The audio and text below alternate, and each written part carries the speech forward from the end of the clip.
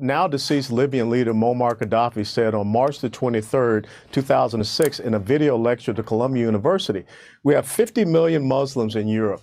There are signs that Allah will grant Islam victory in Europe. Without swords, without guns, without conquest, it will become a Muslim continent within a few decades. That was said in 2006, and look at what is happening 1 decade later in 2016. It is time that we start understanding, based upon the Islamic tradition started by Muhammad, called al-Hijra, which is the migration, the furthering of the goals and objectives of Islam through migratory practices, that we have a problem in Western civilization. Will it happen here? Well, it already has happened here. It is not just the migration of people here, but we have ISIS that are saying very blatantly that they will infiltrate any type of refugees that are coming. We see that in Europe. We also see the migration of a very vile and violent ideology, which was at the root of what happened there in Orlando, what happened in San Bernardino, what happened in Chattanooga, what happened at Fort Hood. But yet we have a president that continues to dismiss it and says that we need to disarm Americans in order to be successful against this onslaught. I will use this power to protect the American people. When I'm elected, I will suspend immigration from areas of the world where there is a proven history of terrorism against the United States, Europe, or our allies, until we fully understand how to end these threats. Now, he's doubled down on the ban on Muslims and extended it. Do you think it would work? Well, first of all, let me say that I don't think we're going to find anybody going around with a gold or platinum or black card that says member of ISIS since 2013. And the fact that in Paris they used a knife, the fact that in Moore, Oklahoma, a woman was beheaded at her the chicken processing facility, and another one was about to be beheaded. So it's not about gun control. And when I think about what Donald Trump has said, it is about going and looking at our immigration processes and procedures, you know, granting visas to people who are coming from countries that are known terrorist havens. That's something we need to look at. When we know that the enemy is going to use migration and migratory practices to infiltrate Western civilization, to include Europe and the United States of America, we have to be able to combat that. Now, one of the key things we have to do, Stuart, we should not have groups like the Council for American Islamic Relations influencing and impacting our law enforcement agencies like the Federal Bureau of Investigation and the DOD as far as their training materials on Islamic jihadism. That's what the Obama administration has allowed to happen. Okay, we hear you. Colonel Allen West, thanks very much for joining us, sir. Appreciate it.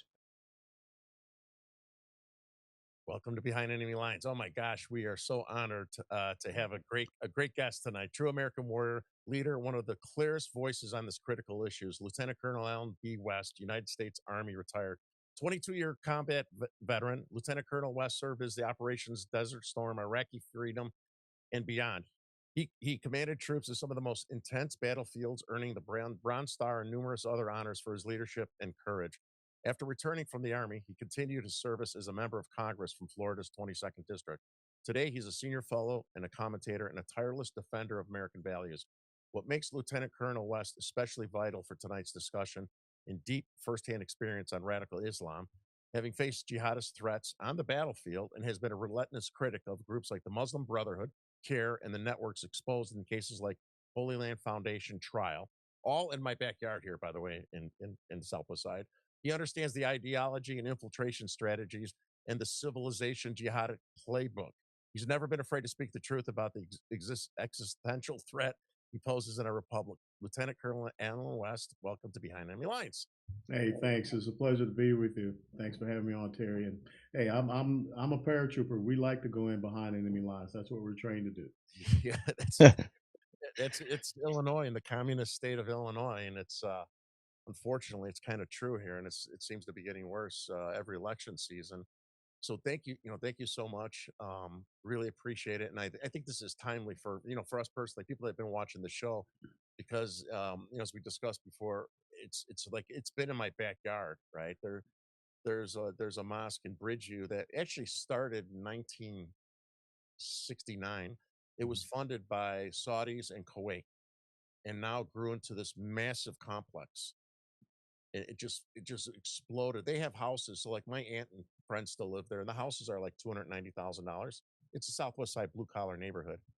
they have mansions and castles around this mosque. It's unbelievable. You know, me and Ben Bergquam went back there, and they're just expanding, expanding, and now they're gobbling up Catholic churches around the whole Hmm. community.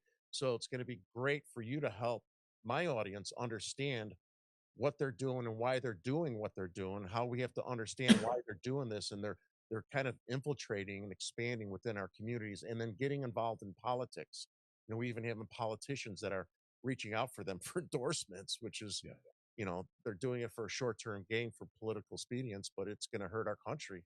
So, you know, we'll let you go, you know, wherever you want to go from there. I mean, you know, Yeah. feel free to share maybe your views on what I just shared with you and how people should be concerned, and we'll go in any direction that you want to go from there. Well, I think it's very important for us to understand that this is not our first foray into dealing with Islamism, and that's how I want to characterize it. I don't think we need to put any adjectives in front of it, not radical, not moderate, not any of these things that we try to use to codify it to make it more comfortable to us in Western civilization. As a matter of fact, it was the president of Turkey, a known Islamist, President Erdogan, who said that it's just Islam.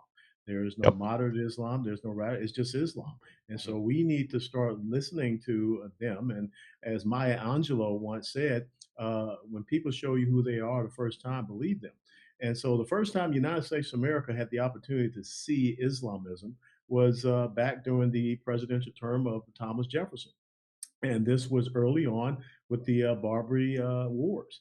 And of course, Thomas Jefferson had to try to understand why is it that we are having these problems with this group of non-state, non-uniform belligerents out on the high seas who are seizing American shipping and kidnapping Americans and demanding ransom.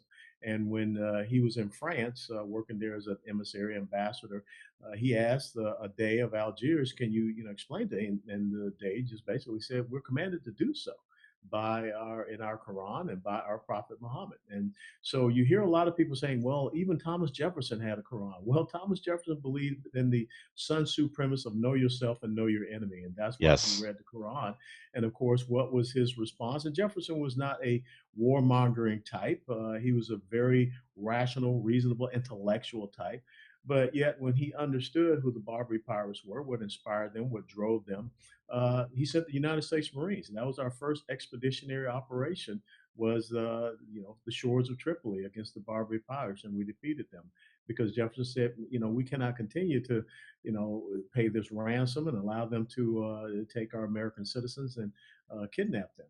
So here we are, fast forward to where we are today, and I would just say to everyone that is, listening here and watching, go and pull down the Muslim Brotherhood Strategic Memorandum, their explanatory memorandum, written on the 22nd of May, 1991, by Muhammad Akram. It was found in an FBI raid in 2004 at the home of, I think it's Ishmael El Barassi, who was the head of the Al Hijra Mosque there. And it lays out exactly what they want to do here in the United States of America. And you coined it right, the civilization jihad and everything that it means. And so when you have the opportunity to have someone's blueprint for what they're seeking to do, to undermine your way of life, to undermine your culture, your civilization, when they list all of the organizations that they're going to form to be able to do that, you got to be stuck on stupid to not take it for what it's worth and say no, we're not going to allow this to happen. And so often the whole thing about Islamophobia, xenophobia, racist, whatever, uh, a Muslim is not a race. And I Yes. think that we have to stop looking at this as some religion and see it for what it is, as history has shown us since Muhammad did the hijrah from leaving Mecca the first time and going out to Medina. It is a theocratic political system that is bent on global domination. And you just articulated something that I think a lot of people should scratch their heads and say, is turnabout fair play. Show me in any Islamic dominated country where Christians can go out and build churches. They can go out and build communities. As a matter of fact, Christians in Muslim dominated countries are struggling to survive. I mean, being Yep. it in the Middle East, Syria, being it in the Sudan, I mean, you name the place, they are being slaughtered, they're being persecuted. Mhm. And so, I will also go and say, when was the last time you saw the President of the United States of America be able to go and visit Mecca and Medina? But yet, if we were to say Muslims are not allowed to go to Washington D.C., oh, you're Right. Islamophobic and all these things. So if you have an ideology that is saying to you that you can convert to be who we are. If you don't want to convert, then you should accept a subjugated status. They call it a dhimmi status, Dhimmi. Hmm. And then, of course, they dictate to you how you can live in that dhimmi status, paying the jizya tax and all of these things just to be able to survive. Or your third option is that we kill you. This is Yep. all of these principles are clearly laid out in the Quran, in the Hadiths, the traditions of Muhammad. And so, why is it that if we are saying exactly what they're saying, repeating what they're saying, illuminating people on what they have written, if we're pointing to history, why all of a sudden, are we being demonized, denigrated, and disparaged as fomenting violence and things of this nature? When you can read in the Quran where it talks about beheading people because they're infidels. I'm a Yep. Christian. I will not be ashamed of saying it. I believe in the Lord and Savior Jesus Christ. He's the Son of God. I believe in the Father, Son, and Holy Spirit. Well, guess what? The Quran says I'm an infidel. And what do you Yep. do with infidels? You behead infidels. You make war against the infidels. If you meet the infidel on the battlefield, you strike them about the neck. Now, why don't we look at the Quran and say that's hate speech? Yeah. But instead, we have so many people saying, well, if you start talking about, marriage and speaking out against, abortion, which is, dismembering babies in the womb, that's hate speech, even though you're quoting, you know, verses from the Bible. But Yeah. yet, we are allowing people to come and live in and amongst us who have a completely different philosophy of governance, which is antithetical to our constitutional republic and our rule of law. I'd like to answer you two questions that you could elaborate on for the guests too about care and the was it Homeland Foundation or Holy Land Holy Foundation. Land Homeland Foundation. Foundation? Both are embedded in this Bridgeview Mosque with the leaders and stuff, right? Yeah. And they're all tied and had affiliations and stuff. As I'm doing research on it because this just popped up. It's been there for the longest time, but it gotten Mhm. so bad. All the malls, strip malls, everything's all in Arabic. Everything. I mean, Yeah. it's where I grew up as a child, and I understand people come. My Italian side of my mom's family and stuff. You have Little Italy, and that's what they say. But they Oh, assimilated. yeah, Yeah. yeah. It said they assimilated, and I'm glad you reinforced the point that I made about the churches and stuff. So when they came after me in Ben's video, they said we're coming into your communities, we're cleaning them up, and we're buying your bankrupt churches, which is not true. Mhm. And I said, well, I go, how would you like it? Because they're mostly Palestinians where I'm at, where I grew up at, Yeah, but and I said, okay, again, let me correct you. There's no such thing as a Palestinian. yes, Exactly. Oh, at okay, least, okay. The well, let me whole finish this. introduction. Yeah, let me The whole, finish this and then explain yeah. that to the people, right?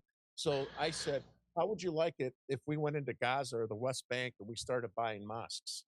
So the guy that's going back fighting with me, our mosques are growing so rapidly there, you'll never buy one. Besides, there's only like, I don't know, 400 Catholics in Gaza or whatever. I said, yeah, that's because you killed them, burned them, or beheaded them. I was being sarcastic, but true. So he's trying to, I was using your point to say, hey, we can't go into your neighborhoods, and all of a sudden you're attacking me because I'm kind of baffled that my community of 5,000 people, which has no Muslims or you know Islamic people at all in the whole community, but they bought this mosque in the center of my community. Yeah. They don't even live there. Yeah. Well, and again, this is part of that four phases that I have spoken about, which is the migration, the population, the agitation, and then the domination. And the question we have to ask ourselves here in America, what phase we're in.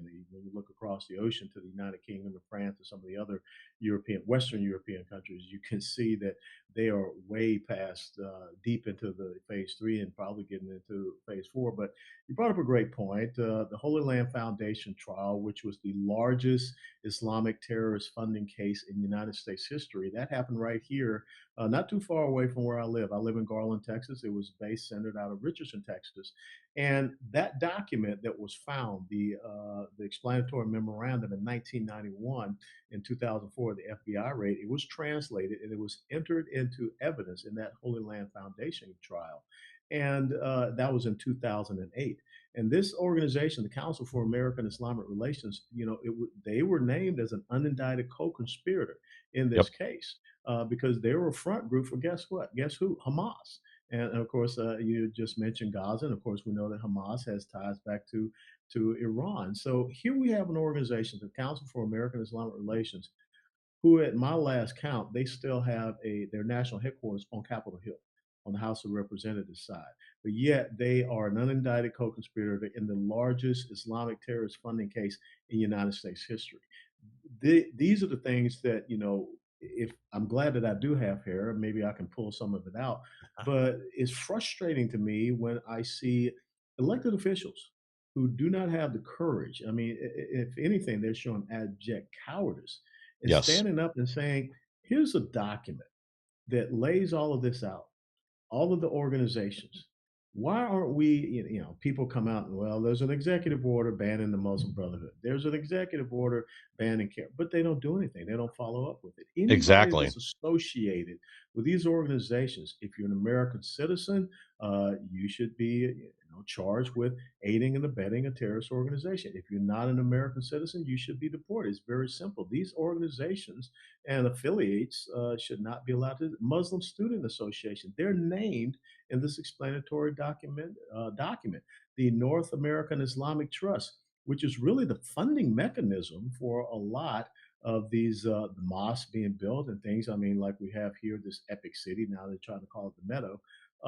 They should not be allowed to exist. And so I think that the American people need to rise up, push past the name calling and the phobia this, phobia that, and start demanding that our elected officials not kowtow to this, quote unquote voting block, but start to look at them and say, what you believe in, show me where it's consistent with our values. Show me where you're consistent with freedom of religion. Because as a matter of fact, if you're a Muslim who leaves Islam, you're condemned to death under apostasy. And there are several countries, Islamic dominated countries, that still have that on the books. So Yes. there's a line in the sand. I really have to, use that Obama metaphor since we're talking about Chicago anyhow. But Yeah, yeah. there's that line in the sand that we've got to make sure they've crossed it, and they're pushing us again, and we got to push them back across that line. And this is not, again, being xenophobic, Islamophobic, racist, or anything. This is about looking at what people say, what they believe in, and saying we're not going to tolerate that here.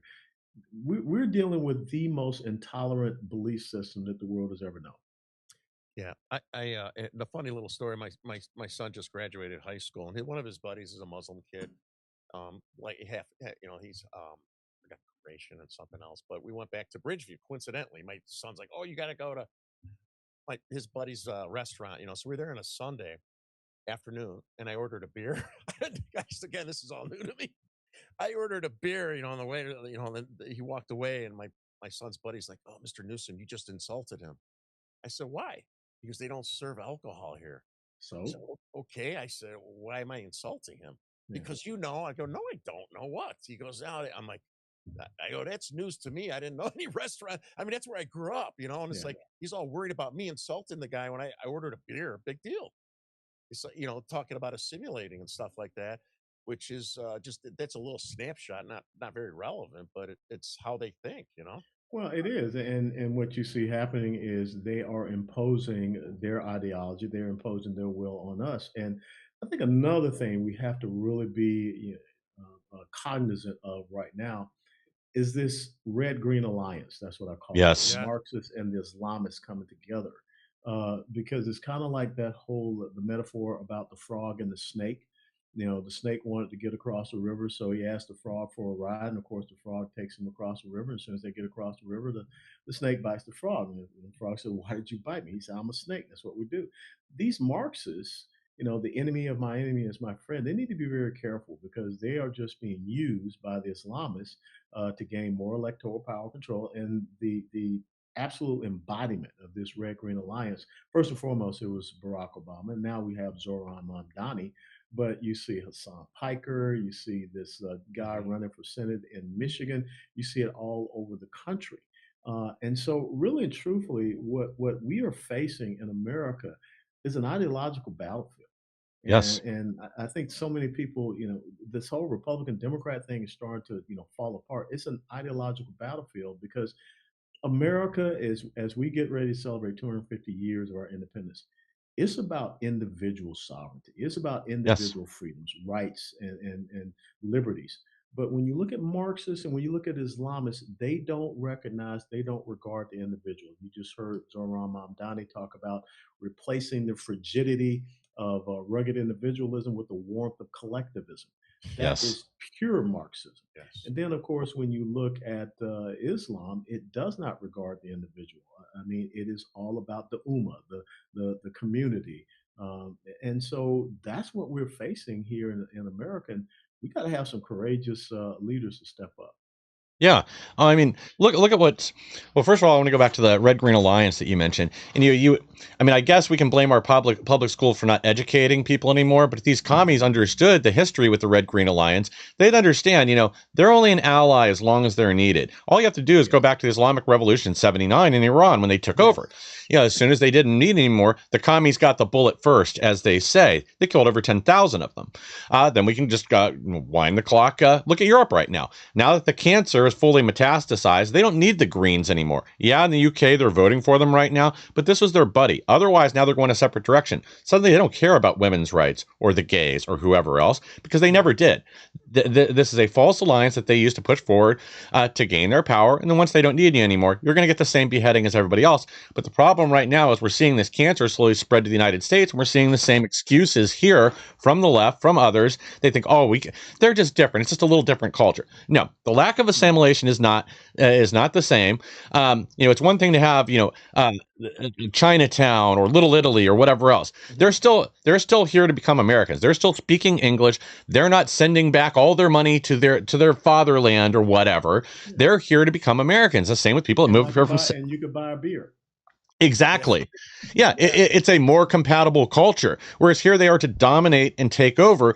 And, Dearborn's been an issue for a while. Now we've got little Palestine in Chicago. You've got Epic City going in Texas if they don't put the brakes on it completely. And you've got other projects in North and South Carolina. Like this is about taking over just like it is in Europe. And if we don't listen soon, the religion of peace is going to start beheading people here just like they have been in Europe. I mean, they've beheaded 2 more people in the last 72 hours, one in Italy, one in Germany, and these are getting almost no attention. And this is after the horrible incident that happened last week in Northern Ireland, and they're still on fire there. But the good news is the people are starting to wake up. Well, the interesting thing is that when you look at the media reports of what happened in Belfast, all of a sudden, people are rising up against a person with a different skin color. Or, they try to, shift it over to something that is very accommodating for the Sure. leftist media and for the Marxists, instead of saying, here was a person that sought to, stab a guy and then sought to behead him. Look, we can go all the way back to, with this Red Green Alliance, we can go all the way back to Nasser in Egypt. Yeah. When he was trying to accommodate the Muslim Brotherhood and get them to, join him as he became an affiliate with the Soviet Union and with Russian communism, and they like, no, the only thing for us is Islam. That is supposed to be dominant. And I think it's so important. People need to read the charters of these organizations, like the Muslim Brotherhood, like Hamas, Hezbollah, all of them. This is not about peace. And I know that there are going to be the people who say, oh, they're an aberration of what Islam is. No, they're not. You go back and again, you study and understand, who Muhammad was and what he did. I mean, when he started from 622 AD on, this was about violence. This was Yep. about imposing, his belief system on others. This was about wiping out entire, groups of people, tribes, the Banu Qurayza there in Medina, and then the Banu Quraysh tribe in Mecca. And then, of course, what does he do? He sends letters. He sends letters out to the Persian Empire, the leader there, Khosroes. He sends letters out to the Byzantine Emperor, Heraclius, and he says, look, this is what you do. We want you to convert, or you can live under our subjugation, or we will wage war against you and kill you. This whole thing, jihad. I mean, you hear people talk like jihad is some hot yoga thing where you try to get in touch with yourself. No, it is about them getting in touch with you and waging war against you. And so, again, I just think that it is time that we stop dismissing and rewarding bad behavior. This is one of the greatest Pavlovian experiments I've ever seen. You Yep. continue to reward bad behavior. You continue to dismiss bad behavior. What are you going to get? You're going to get more bad behavior. Yeah, you've been doing this ringing the alarm for I don't know 20 years or so. Have you seen things get any better with people taking this serious now? Like, look, I lived there forever, now I'm like, oh my I do god, now. I yeah, mean, the fact that we are on your program and talking about it, the fact that I see people showing up at city council meetings, the fact that here in Texas, during our primary, we had a ballot initiative that passed for like 92 or 93% to ban Sharia law here in the state of Texas. So, yes, I see people that are rising up, but what we need to have are elected officials that rise up. I mean, the people are one thing, but the elected officials need to rise up, and the elected officials need to call this out. And some are. You have the Sharia caucus up there in the United States House of Representatives, and you're getting that growing here in the state of Texas. But we need people to, if there's anything, it should be a bipartisan issue. yeah, Yes. It should be the preservation of our nation. yeah. Yeah. Yeah, we have politicians here. I mean, in Illinois, there really isn't any Republicans, honestly. They're like old school Democrats, but we have politicians here that are Republicans that are pandering to these people to get their endorsement. Even taking money from them. Yeah, and it was on Al Jazeera, and I chastised them because it's supposed to it does. And to your point, it shouldn't be a Republican or Democrat issue, right? Yeah. And it's a short term gain for their own election purposes. It's hurting us in our country. I mean, it's hurting our country and our children's future, and they should not be part of that. But then they're greedy and they're worried about votes. Yeah. Well, I truly believe that you can push the American people to a point, and then they will rise up and say, the switch will flip. It'll go from off to on, and there'll be a different reaction. And so I would say that there's going to come a point in time when people will push past these elected officials. Mhm. They will see them as corrupt, and they will see them as being concerned, as you just articulated, their self-interest or special interest, and not the American interest, not the interests of their families, and not the interests of their future. And you see it here in Texas. All of a sudden, people starting to pay attention to, why are these burqas showing up here in Texas, and these hijabs. I think that Texas has now just had its 263rd mosque being built. And again, I come back to how many churches are being built Yeah. in Islamic dominated countries. So when tolerance becomes this one-way street, it leads to cultural suicide. And I Yes. think that people are going to say, okay, we don't want to go down this road. We don't want to go down this path. And look, I have three grandsons. One's 5, one's 2, one's due on the drop zone in December. I'm not going to leave them a mess. Yeah, I promise them that. that's what I meant. And those people out there who say that we're going to come after Colonel West, bring it, baby, because Yeah, I have no fear. yeah. Yeah, you better be faster than the speed of lead. Yeah, we have as I was getting ready for our interview, and again, this is new on my radar, right? So I mean, like just in the last month, I mean, because of all the stuff that's happening in my neighborhood, we have 193 mosques in Illinois. I was kind of surprised, and they're growing rapidly. And then since I put that video out, I have so many people really on Facebook that were sending messages about wanting help in the community. Yeah. I was amazed at that, and then they're scared to put it on Facebook. They put it in a Huh. DM message, and they want me to come out there. They want to shed the light on it. Just west of here, just in the last few weeks they announced they bought 135 acres of a Holiday Inn. They're converting Mhm. into a Muslim retreat center. Mhm. Well, Yep. we had they were going to have down in Grand Prairie the Muslim only day at a water park, and it's a public water park. And the people in the community said, "Hey, what gives? You can't tell us that this water park, which is funded by public dollars, all of a sudden is going to be exclusive to one group of people." No, and there was pushback. But the one thing you just brought up is about people being afraid to speak up. Yeah. If you go back and remember the San Bernardino Islamic terrorist attack there, it was in December, I want to say, 2003 or 4, somewhere in there. But there were people that knew something was going on in that home with Saeed Farouk and his quote unquote wife, Tashfeen Malik, who Hmm. came to this country with some very nefarious immigration policies. But they were afraid to say anything. Why? Because they didn't want to be demonized and denigrated as you're Islamophobic. Just the same as Major Nadal Hassan. He was an army psychiatrist there at Walter Reed, and there were many complaints against him. But guess what? They were told, keep your complaints down. because we don't want racism or this xenophobia or whatever. And so they transfer this guy down to Fort Hood, Texas, and look what ended up happening.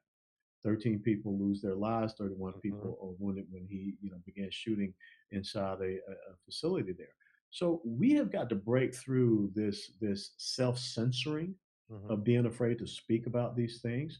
Because if you stand on the side of truth, if you have the moral high ground, you have an obligation as a Yes. citizen here in the United States of America to speak the truth. You have an obligation to, support and defend this Constitution and this constitutional republic. And you cannot allow people to browbeat you down Mhm. and make you afraid to speak up and to speak out. There are some people that take things, too far. There's no doubt about it. But we don't need the antics. We don't need the gimmicks. We just need to say, this is what you say.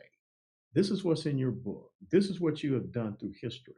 We don't Yes. want that here in the United Yeah. States of America. Now, if that's what you believe in, maybe you should go somewhere else. And I'm being very honest.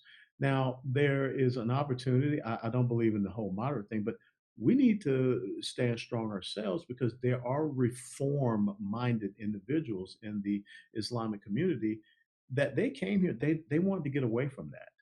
But if they continue to see us being fearful and being afraid of standing up, if they continue to see this expansion, I recently had a guy on my podcast out of England who, left Islam.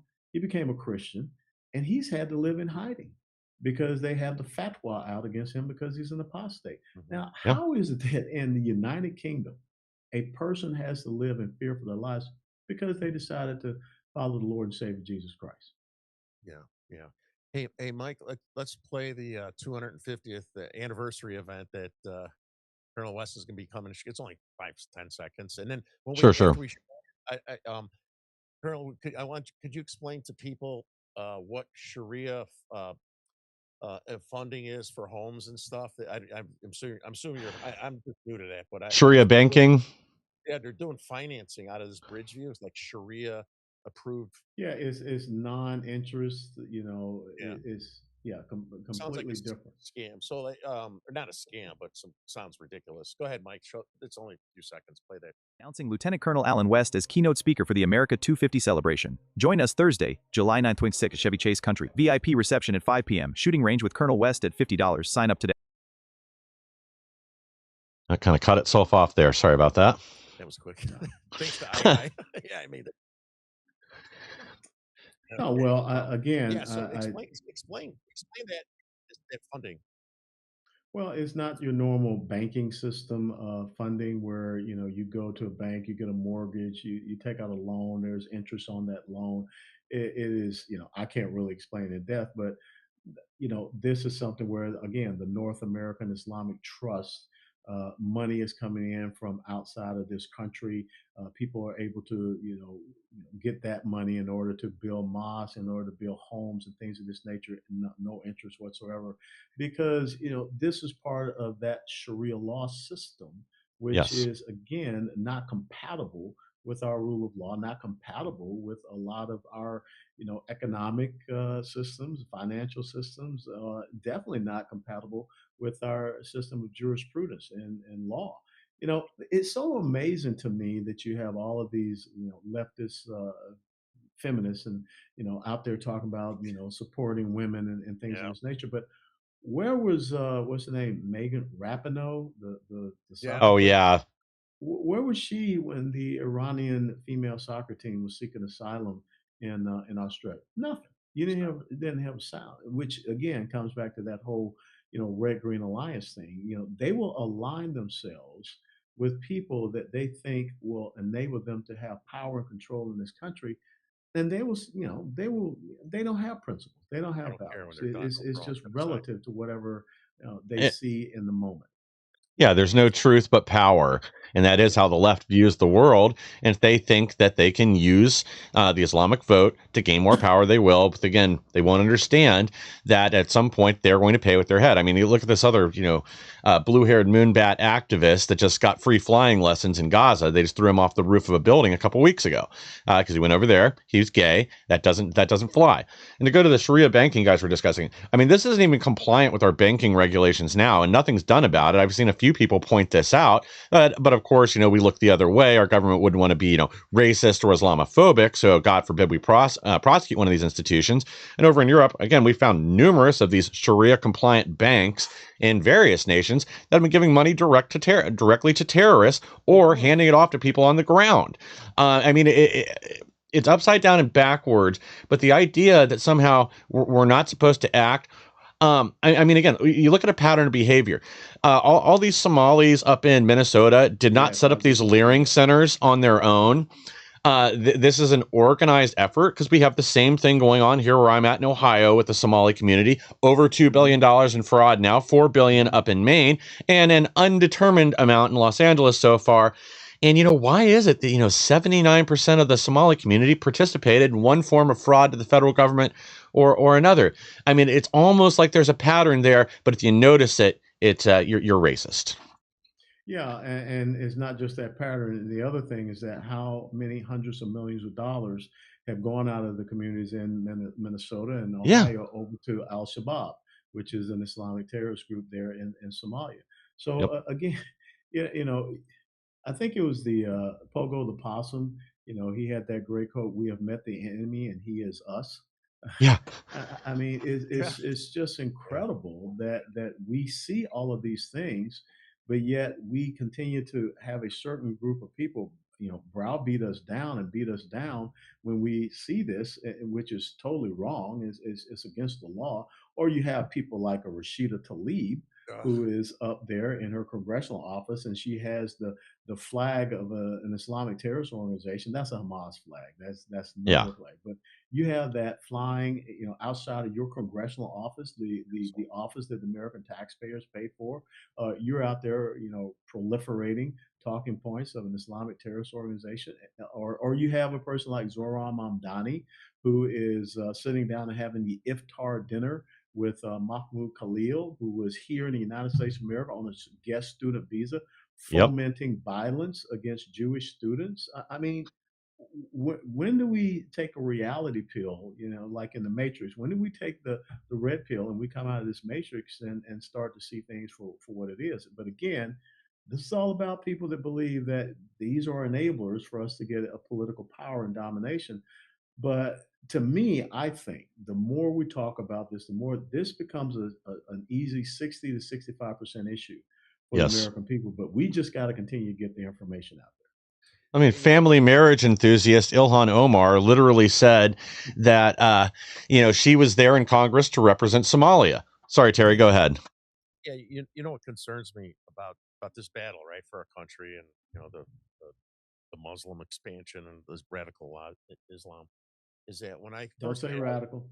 sorry, yeah, when I first Yeah. got involved, I was never involved in politics until my twins. I was raised Southwest Side Italian Democrat Union family, and then as I got older, I got smarter. But the first time I ever got involved in politics, I went to my kid's school board about the forced masking Yes. and all the graphic porn. I mean, crazy porn, and I had poster signs made up to show and put it in the face of these board members. I couldn't get one father to help me. They were all scared. They were all scared. When I speak out, and I speak out aggressively because I feel like we're in a war. People don't know we're in a war and we're losing to all these different battlefronts. And nobody would help me. So we're talking about this battle. But I hear friends, oh, yeah, there's a war here. I'm on the streets. I'm like, you guys won't even defend your kids in a school board meeting. Don't tell me you're ready to battle these people. They have to wake up and act like we're in a war. Until they do that, we're going to keep losing ground to Yeah. Islam. Well, you just brought up a great point. Again, 250 years of American independence. Think about those 77 men who took the battlefield at Lexington Green on April the 19th of 1775 against a regiment of redcoats, and led by a deacon of the church, Captain John Parker. And Captain Parker famously said, "Men do not fire unless you are fired upon, but if they mean to have a war, let it begin here." We got to find those kind of men Yes. Yep. again here in the United States of America. Do you have any Uh, ideas where we can find them? I'm trying. well, I think that it's time we start to poke men in the chest Yeah. and say you Yes. can be a male or you can be a man, Yeah. and make the decision. And I will tell you that I've had these discussions in many churches. We need to have pastors that Yeah. get up there and Oh my preach the God. word of God and stop watering it down, trying to be politically correct and things of this nature. So I think that there has to be an awakening, and it has to be an awakening with true American men, uh, because when I look at the other side, uh, they stand for everything that is wrong, Yes. but Yes. yet they have such a motivation and an inspiration, even though they know that they're wrong, but because we're not meeting them on the battlefield. No. So we need to find that spirit of the, spirit of 76, if you want to put that, but the Yes. spirit of those 77 who stood on that battlefield. And there wasn't an America at that time in 1770. There wasn't an army, a navy, a marine, but they were Right. just men, Yeah. Mhm. men that knew they wanted to be free and they wanted to have liberty. Yeah. After I was in that stupid story, SPLC, November 30th of 2022, and then they republished it out of Washington D.C. This before I didn't know what was going on then, and I was put less than 2 weeks later. I was on a domestic terrorist watch list, right? And then the FBI showed up to my house in 2023, The and Biden FBI. yeah, Yeah. yeah, yes, yeah, and my wife, she screamed at me, screeched at me. I got to stop this. She hates this, right? You got to stop. You got to stop. What if the kid's here? What if you got arrested? I don't know what to do. Then she broke down when she was crying hysterically, and I hugged her and she's like, you got to stop this, and I go, Carrie, I can't. I go, I'm going to die doing this. I go, the reason we're in this situation is that everybody is expecting somebody else to do this Yeah, for them.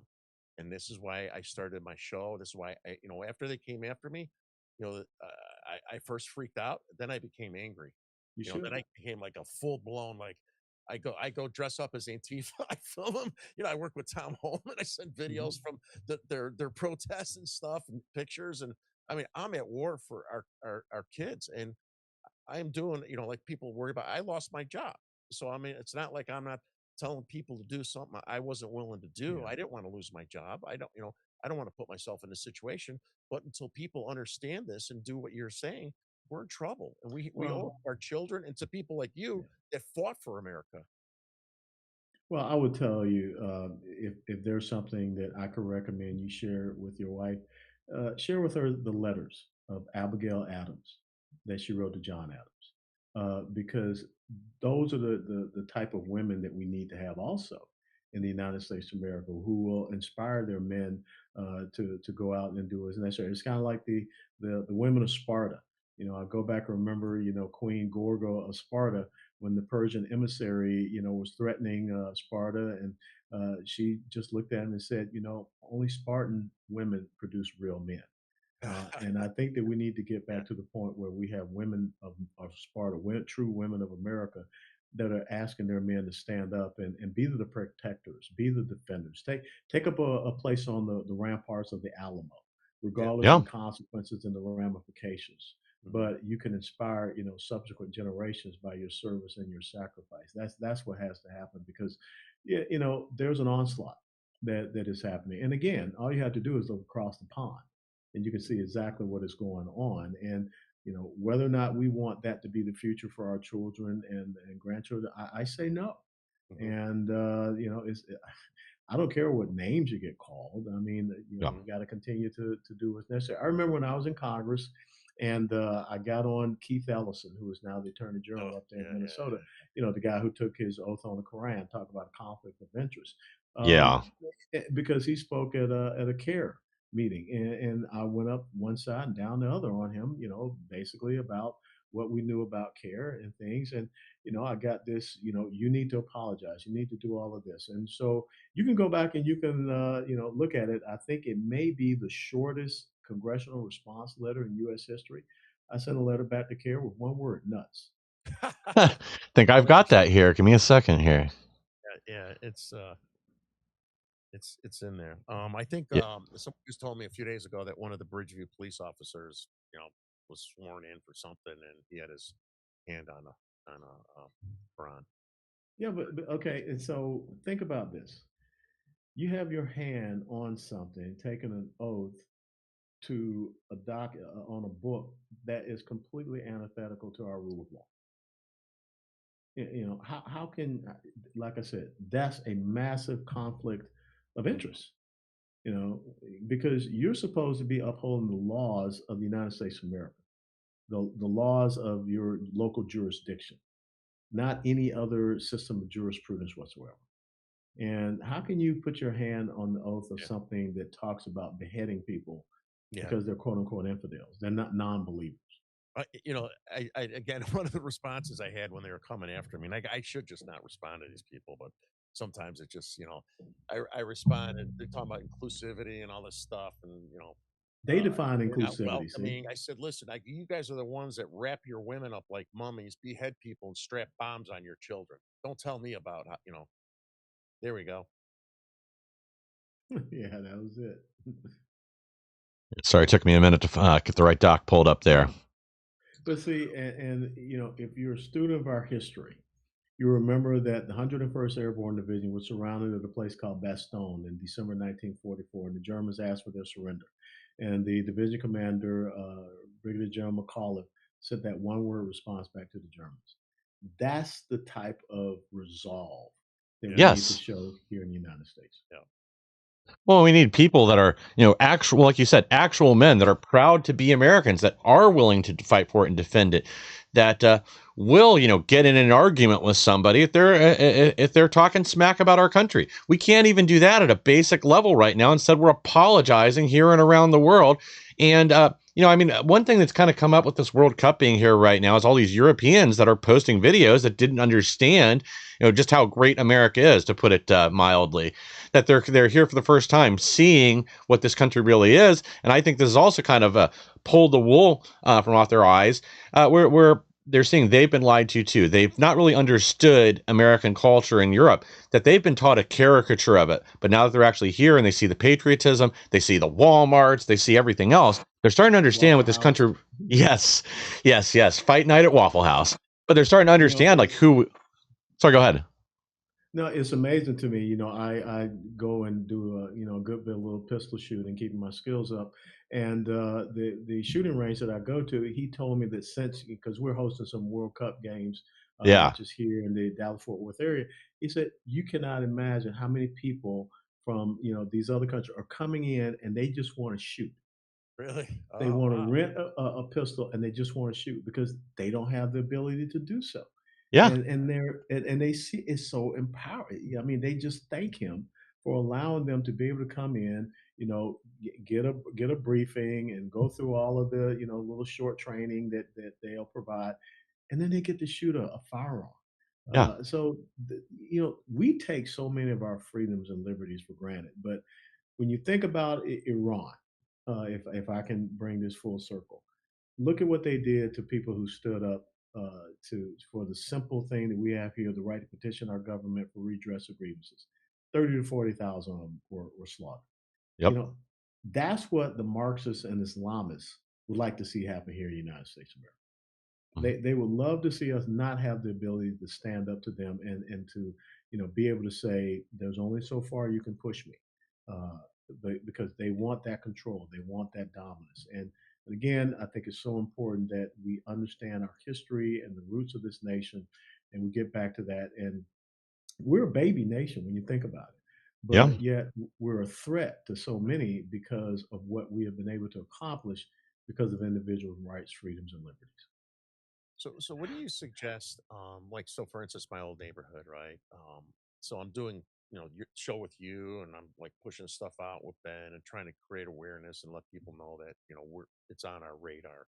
But what can I do to further expose it or try to like to let people know that we know what's going on. We're here to try to change it. I know obviously you want to go after the politicians, but in Illinois, I mean, behind enemy lines for real, really are. And so it's going to be hard to get Well, political cover. But is there anything you suggest that I could do? I'd like to do an event later in the year. yeah, I mean, we could do something like that. But what I will tell you is that what you should do is there it is. I have it right here on my desk. That's the Muslim Brotherhood blueprint for what they want to do here in the United States of America. And I think it's so important that we pull this down and we get into the hands of every single American that we can. We should, go and visit our politicians and, sit there, put it on their desk and say, read this. It's only 18 pages, Oh, but really? it's probably the most powerful 18 pages, which lines out exactly what they seek to do, naming the organizations, naming their strat, the whole 9 yards. And that's why it sits on my desk because, if you know the enemy's plan, then Yes. you can survive. Even with my ADD, I can handle reading 18 pages.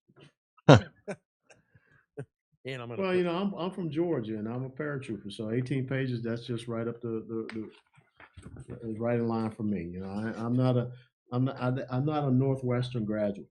Yeah. Yeah. University of Chicago, right? Yeah. Yeah. I mean, being able to illustrate their real plan in their own words is very powerful. And That is. we have to take this threat seriously. Again, you know, we've said this already numerous times on the show, but all you have to do is look to Europe. And you see exactly what they want to implement here. They're just further along than we are, but you do see the pieces turning. You know, the excuse a few years ago was, oh, you know, besides Dearborn, Michigan, and a few other places, they don't really have any power in the U.S.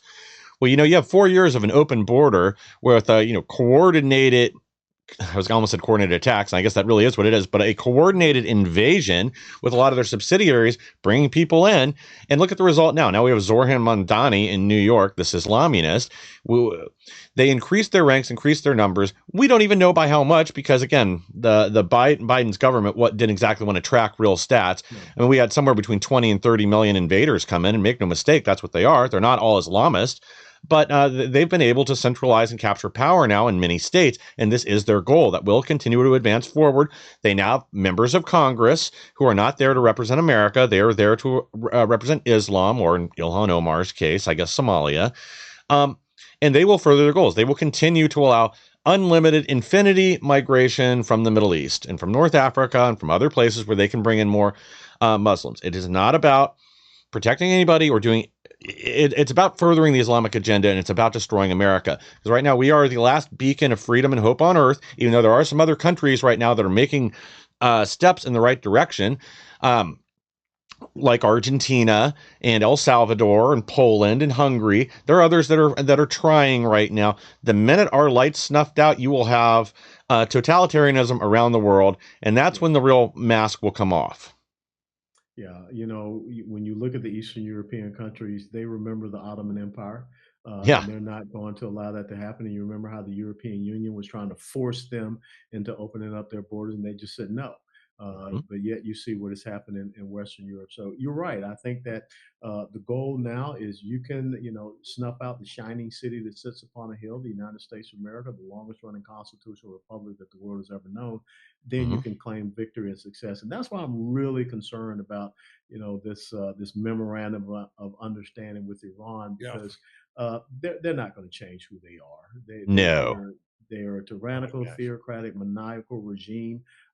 They will continue to string you along. They have said, I don't know how many times, we don't want to pursue a nuclear weapon. We don't have a nuclear weapon. Yeah, okay, right. So the only thing that, you know, people like that regime understands strength and might. You got to crush them because that's what they seek to do to us.